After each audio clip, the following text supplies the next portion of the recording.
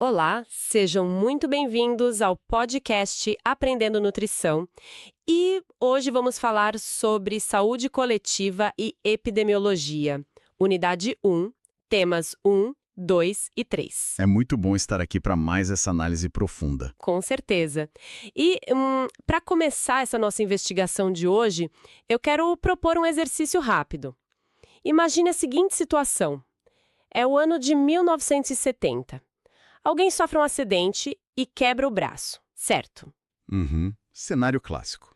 A dor é insuportável, a pessoa corre para a porta de um hospital, mas antes mesmo de passar pela triagem, a recepção faz uma pergunta bem simples. Cadê a sua carteira de trabalho assinada? Nossa, sim. E se a resposta fosse não tenho, as portas simplesmente não se abriam. Exato. E é exatamente sobre essa linha do tempo que a gente vai fazer esse mergulho hoje. Vamos entender como o Brasil saiu de um cenário onde, a saúde era um privilégio exclusivo de quem tinha emprego formal ou dependia puramente de esmolas para criar o maior sistema público e gratuito do mundo. E olha, o que é fascinante aqui não é apenas decorar uma sequência de leis ou decretos burocráticos, sabe? A história da saúde no Brasil é, na verdade, a história de como a sociedade inteira precisou redefinir o próprio conceito do que significa estar doente. É uma mudança de paradigma mesmo. Total. Mais do que isso, é uma mudança sobre de quem é a responsabilidade de cuidar. Para que a Constituição dissesse lá na frente que a saúde é um direito de todos, houve um choque gigantesco de mentalidades ao longo de muitos séculos. Com certeza. E para entender o peso desse sistema que a gente tem hoje, a gente precisa olhar para como o Brasil lidava com a saúde antes de qualquer estrutura pública existir. E, segundo as nossas fontes, o ponto de partida é bem brutal. Bem brutal. Durante a colonização do Brasil, os povos indígenas que já estavam aqui enfrentaram um choque biológico com a chegada dos europeus, né? Foi um verdadeiro colapso epidemiológico. Doenças que já circulavam na Europa há séculos, tipo a varíola e o sarampo, desembarcaram nos navios. E eles não tinham defesa nenhuma, né? Nenhuma. As populações indígenas não tinham absolutamente nenhuma memória imunológica, nenhuma defesa natural contra esses patógenos. O resultado foi a dizimação de aldeias inteiras. O que isso nos mostra, logo de cara, é como a ausência de qualquer barreira sanitária ou compreensão de saúde coletiva gera impactos irreversíveis. O pior é que, nos séculos seguintes, o cenário de quem precisava de cuidados não melhorou muito. No Brasil colônia e durante o Império, se alguém fosse pobre ou escravizado e ficasse doente, olha, não existia Ministério da Saúde. Passava longe disso. A única porta aberta era a das Santas Casas de Misericórdia, que começaram a surgir lá em 1543 na Vila de Santos. Mas o detalhe que o material destaca é que isso não era uma política de Estado, certo? Era puramente caridade. Exatamente. Era uma lógica baseada totalmente na filantropia religiosa. A saúde era tratada como uma obra de misericórdia, uma esmola mesmo. As pessoas não eram vistas como cidadãos com direitos. Elas eram objetos de caridade, o que inclusive servia para que a elite da época se sentisse que estava cumprindo um dever moral ou religioso ao fazer doações para essas instituições. Uma forma de limpar a consciência. Sem dúvida. E, enquanto isso, quem tinha dinheiro, os nobres, os grandes comerciantes, não pisavam nas santas casas. Eles pagavam do próprio bolso por médicos particulares e boticários, que eram tipos farmacêuticos da época. A classe social determinava se a pessoa recebia um tratamento médico de fato ou apenas um leito improvisado para não morrer na rua. Ah, não mesmo. As fontes destacam o surgimento do tal do higienismo lá no Rio de Janeiro. A capital estava infestada de endemias, tipo a febre amarela, e isso estava espantando os navios estrangeiros e prejudicando a exportação de café. A economia sempre ditou o ritmo dessas intervenções iniciais. Então a motivação era puramente econômica. Puramente. A lógica do higienismo não era curar as pessoas, mas sim limpar o espaço físico. Criar um ambiente salubre para o comércio fluir. E o termo limpar tem um peso literal e muito cruel aqui, sabe? Como assim? Para alargar ruas e ventilar o centro do Rio de Janeiro, o governo simplesmente demoliu os cortiços onde a população de baixa renda vivia. E essas pessoas não receberam casas novas. Claro que não. Elas foram empurradas para as encostas dos morros e para as periferias. Foi esse processo, inclusive, que impulsionou a formação das primeiras favelas. Nossa, praticamente varreu a sujeira para debaixo do tapete, sabe? O governo afasta as pessoas pobres do centro comercial, mas não resolve o saneamento básico, não resolve a falta de água limpa, não resolve a doença em si. Apenas tira o problema do campo de visão da elite e dos parceiros comerciais que chegavam no porto. É uma definição perfeita. É uma intervenção de ordem pública e controle social travestida de saúde pública. E essa postura autoritária, não acabou com o Império. Ela entrou com força total na República Velha. Sim, os sanitaristas da época. Isso. Figuras como o famoso Oswaldo Cruz lideraram campanhas de saúde que eram impostas à força, usando a polícia mesmo. O que nos leva ao grande estopim de 1904, a revolta da vacina. As fontes citam isso como um marco histórico, porque a população do Rio de Janeiro simplesmente foi para as ruas quebrar tudo contra a vacinação obrigatória da varíola. Exato. Hoje, olhando para trás, parece loucura a população lutar contra uma vacina que salva vidas. Mas o contexto explica muita coisa, né? Explica tudo. Pense no cidadão da época. Ele já havia sido expulso de casa pelas reformas urbanas, vivia com um salário esmagado, e, de repente, agentes do governo entram na casa dele, junto com a polícia, exigindo aplicar uma substância desconhecida no braço da família dele. É assustador. Muito. Não houve campanhas de conscientização, não houve diálogo, o governo não explicou como a vacina funcionava. Esse episódio deixou uma lição gigantesca para a saúde coletiva de hoje. Qualquer medida sanitária impositiva que ignora a cultura, o medo e a compreensão da sociedade tem um risco altíssimo de terminar em fracasso ou violência. Aqui é que a coisa fica realmente interessante. Porque depois dessa fase de usar a força policial para impor saúde pública, passamos para as primeiras tentativas do Brasil de criar um sistema que pudesse se sustentar financeiramente. E é aí que surgem as famosas CAPs, nos anos 1920. Sim, as caixas de aposentadoria e pensão, que foram criadas pela Lei Eloy Chaves em 1923. Mas preste atenção num detalhe vital aqui. As CAPs não foram criadas pelo governo de forma benevolente. Não. Não. Elas foram organizadas pelos próprios trabalhadores, começando pelos ferroviários. Era uma espécie de fundo mútuo. Os empregados descontavam um valor do salário, a empresa de trem colocava outra parte e esse fundo pagava médicos e aposentadorias exclusivamente pros ferroviários daquela empresa específica. Ou seja, o governo só validou o que os trabalhadores já estavam construindo por conta própria. E na década seguinte, nos anos 30, o presidente Getúlio Vargas vê o potencial disso e amplia o modelo criando os IAPs, os Institutos de Aposentadorias e Pensões. Ele centralizou a ideia. Só que agora, em vez de ser por empresa, era por categoria profissional, né? Tinha o IAP dos bancários, o IAP dos marítimos, o IAP dos industriários. A Constituição de 1934 e depois a CLT, em 1943, começam a garantir coisas que hoje a gente acha super básicas, tipo assistência médica e licença gestante. O que, por um lado, representou um avanço trabalhista inegável. Mas, por outro lado, consolidou o que a gente chama de medicina previdenciária. Medicina previdenciária. Isso. O acesso à saúde passou a estar umbilicalmente ligado à inserção no mercado de trabalho formal. E mais, o sistema era desigual até entre os próprios trabalhadores. O IAP dos bancários, que era uma categoria mais rica, tinha hospitais excelentes e tratamentos de ponta. O IAP de categorias com salários menores tinha serviços muito mais precários. Isso nos traz de volta aquele cenário do início da nossa conversa. Então quer dizer que, nessa época, se um cidadão fosse um trabalhador informal ou estivesse desempregado, para o sistema de saúde ele simplesmente não existia? É exatamente isso. Uma exclusão total. Uma massa que correspondia a milhões de pessoas completamente à margem. Trabalhadores rurais, autônomos, todos dependendo da caridade das santas casas. E essa bomba relógio continuou armada por décadas. Caramba! Quando chegamos ao período da ditadura militar, a partir de 1964, o governo decide centralizar tudo.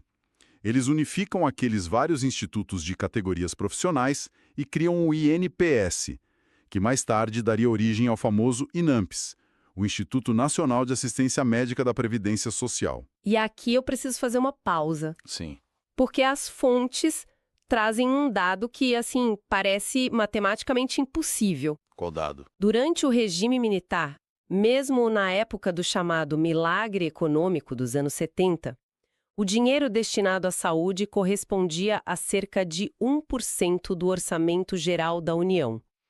Espera aí, 1%. Como é possível manter a estrutura hospitalar de um país inteiro funcionando com 1% do orçamento? Para onde estava indo o resto do dinheiro? A dura realidade é que a conta não fechava. E a saúde não era prioridade nenhuma. O foco do Estado estava em grandes obras de infraestrutura, os chamados projetos faraônicos, e no pagamento da dívida externa.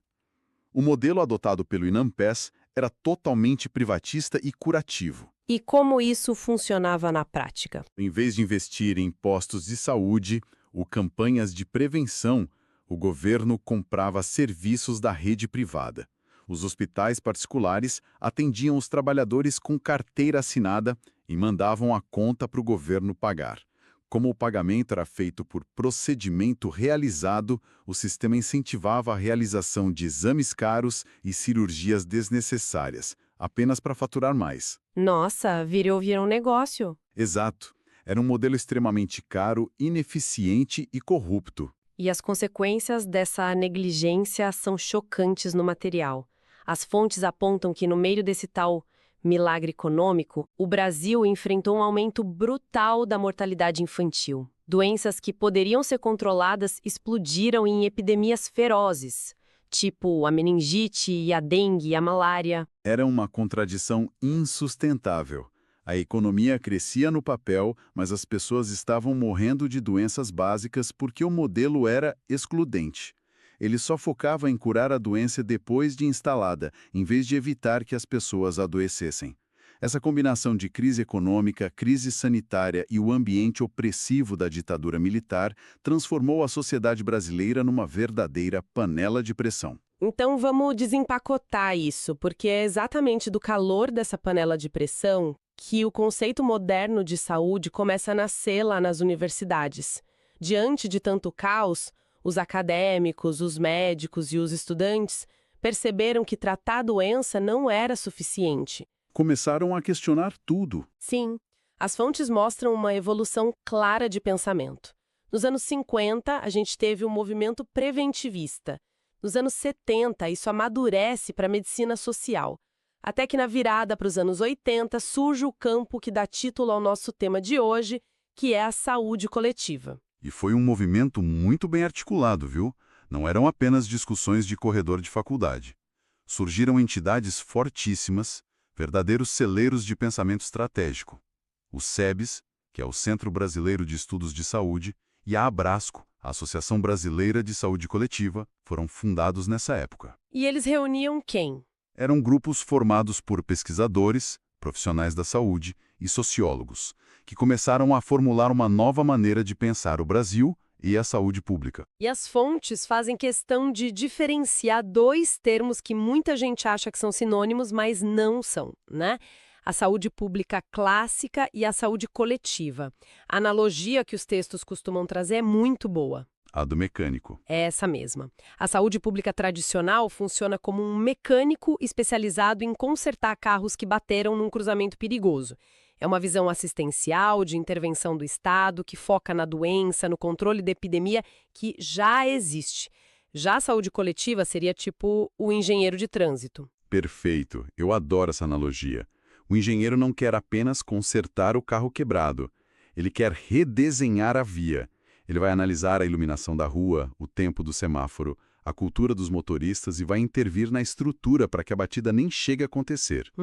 A saúde coletiva entende que não dá para separar a biologia da economia e da política. O processo de saúde e doença é determinado pelas condições em que a pessoa nasce, vive, trabalha e envelhece. Ou seja, não adianta dar o melhor antibiótico do mundo para uma criança com infecção intestinal se quando ela recebe alta volta para uma casa onde o esgoto corre a céu aberto na porta. A medicina sozinha enxuga gelo. Esse é o ponto central. E é por isso que as fontes destacam um conceito muito forte da saúde coletiva, que é a transdisciplinaridade. Para resolver o problema daquela criança, o médico precisa da ajuda do engenheiro de saneamento básico, que precisa do legislador para aprovar a obra, que precisa do assistente social para entender a dinâmica daquela família. Tudo conectado. Tudo. Foi essa compreensão de que a saúde depende da estrutura da sociedade que embalou o grande movimento político da época, a reforma sanitária. A reforma sanitária foi basicamente a união de todo esse pensamento acadêmico com os movimentos sindicais, os profissionais da saúde e a população em geral. E todos lutando por duas coisas simultaneamente, né? O fim da ditadura, ou seja, a redemocratização do país, e a criação de um sistema de saúde que fosse finalmente um direito universal. Mas veja bem, ideias brilhantes precisam de lideranças capazes de transformar teoria em política de Estado. E é fundamental citar a figura de Antônio Sérgio da Silva Arrouca. O famoso Sérgio Arrouca. Ele mesmo. Sérgio Arrouca era um médico sanitarista, uma mente brilhante, que chegou a ser perseguido e preso pelo regime militar. Ele foi consultor da OPAS, a Organização Pan-Americana de Saúde, e da OMS, a Organização Mundial da Saúde. Mais tarde, ele presidiu a Fiocruz, que é um dos maiores centros de pesquisa em saúde pública do mundo. Arrouca foi a grande ponte entre a indignação popular e a articulação institucional. O que nos leva ao ápice dessa linha do tempo, o palco onde tudo mudou de verdade. A 8ª Conferência Nacional de Saúde, que ocorreu em março de 1986. Mas me tira uma dúvida rápida. Pode falar. Conferências de saúde já existiam antes, né? O que fez essa 8ª edição ser um marco histórico que mudou o país inteiro? Como eles conseguiram aprovar algo tão radical politicamente? O segredo foi quem estava sentado nas cadeiras. Nas 7 conferências anteriores, os participantes eram engravatados, ministros, burocratas e alguns poucos especialistas. Era o governo falando com o governo. Ah, um clube fechado. Totalmente fechado. A 8ª conferência rompeu com isso. Sérgio Arrouca presidiu o evento e havia mais de 5.000 pessoas reunidas em Brasília. E olha, pela primeira vez na história, mais da metade dos participantes representava a sociedade civil. Caramba! Eram usuários do sistema, líderes comunitários, sindicatos e acadêmicos debatendo de igual para igual com o governo. O modelo do INAMPS estava falido, não havia mais dinheiro, então o Estado foi simplesmente obrigado a ouvir o que aquelas pessoas tinham a propor. Foi uma verdadeira catarse política, né? Tem um discurso do Sérgio Arrouca nesse evento onde ele diz claramente que não estavam ali apenas para fazer uma reforma administrativa ou mudar a cor do carimbo no ministério. Eles estavam ali para formular um projeto civilizatório. Se conectarmos isso com um cenário mais amplo, o tamanho desse feito é assustador. Um país com as dimensões territoriais e a desigualdade econômica do Brasil teve o seu futuro sistema de saúde literalmente desenhado pela própria população civil numa conferência. É emocionante pensar nisso. E o resultado prático de toda essa mobilização não poderia ter sido mais profundo. Todo o relatório final da 8ª Conferência serviu de base direta para escrever a Constituição Federal de 1988. Exato.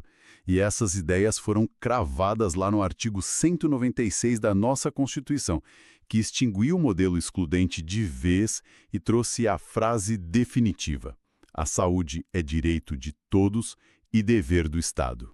Pronto. A lei foi assinada em 1988. O direito à saúde estava garantido no papel. Mas como colocar isso em prática?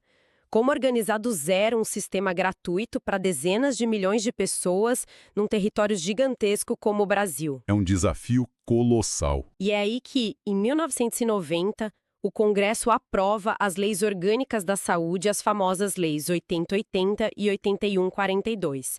Elas são meio que a certidão de nascimento de como o Sistema Único de Saúde, o nosso SUS, funcionaria na vida real. E para que a máquina girasse na mesma direção, eles definiram princípios fundamentais. Sim, e esses princípios se dividem em 2 categorias principais. Os primeiros são os princípios doutrinários, que são, digamos, a filosofia, a alma do SUS. Certo. O primeiro é a universalidade. As portas dos hospitais foram arrancadas.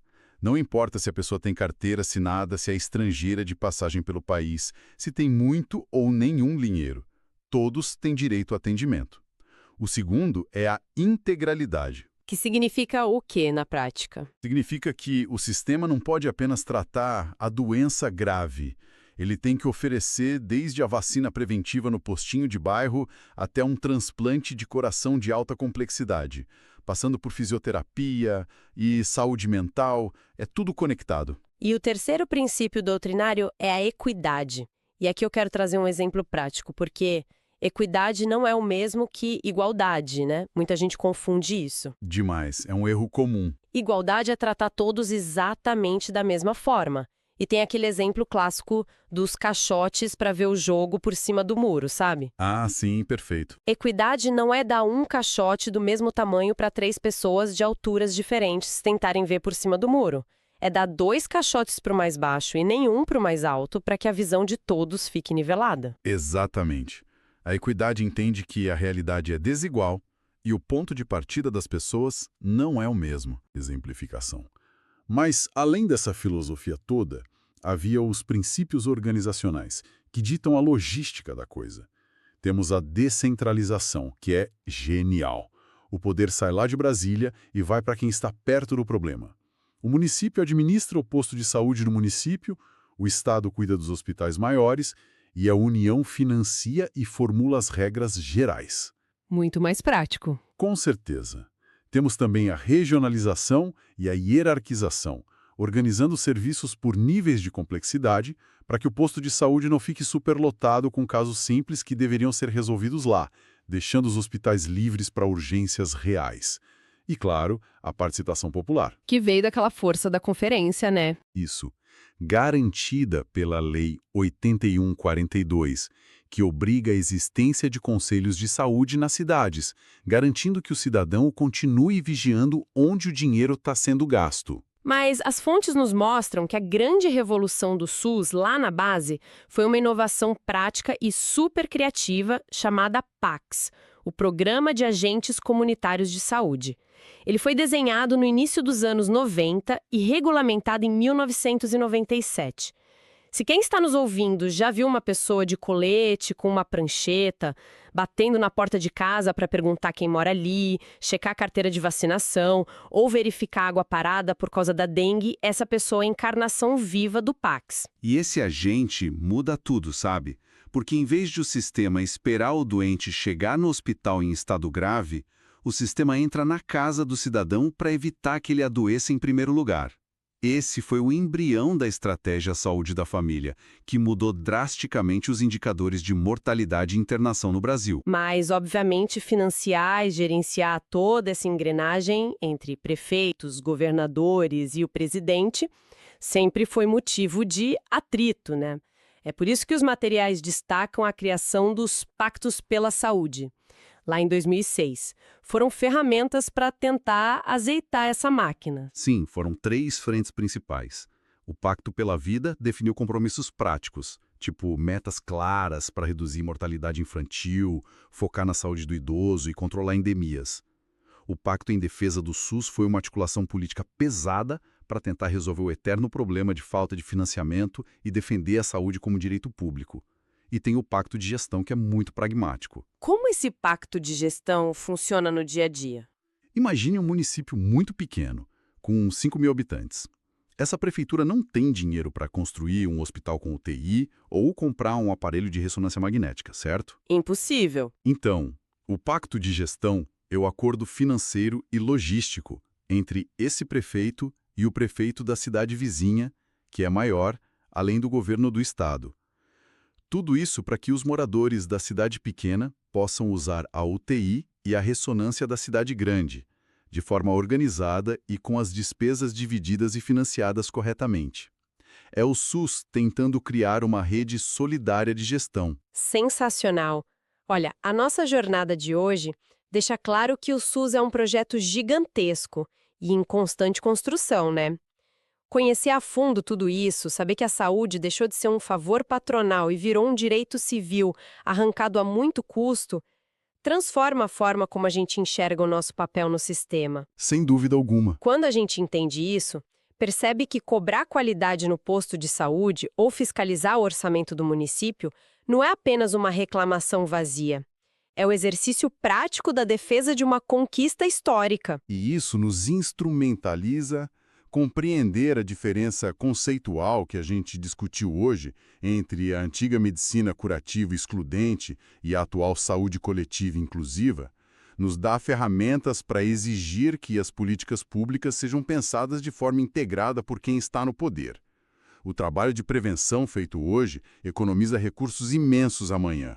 E o mais importante, poupa vidas que seriam perdidas pelo descaso. Para encerrar a nossa investigação de hoje, eu deixo uma provocação final para quem está nos ouvindo refletir um pouco. Se a 8ª conferência definiu que saúde não é só ausência de doença, mas que engloba moradia, alimentação, educação e lazer, se o Estado falha miseravelmente em fornecer um transporte público de qualidade, fazendo com que o trabalhador perca 4 horas do seu dia espremido em um ônibus lotado, desenvolvendo estresse crônico e problemas de coluna, o Estado já não está violando o direito constitucional à saúde antes mesmo desse cidadão precisar de um ortopedista ou psiquiatra no SUS? A verdadeira saúde coletiva exige que a gente olhe muito além dos muros dos hospitais. Aproveitem para se inscrever no canal e clicar no sininho para notificações sobre novos conteúdos. Até a próxima!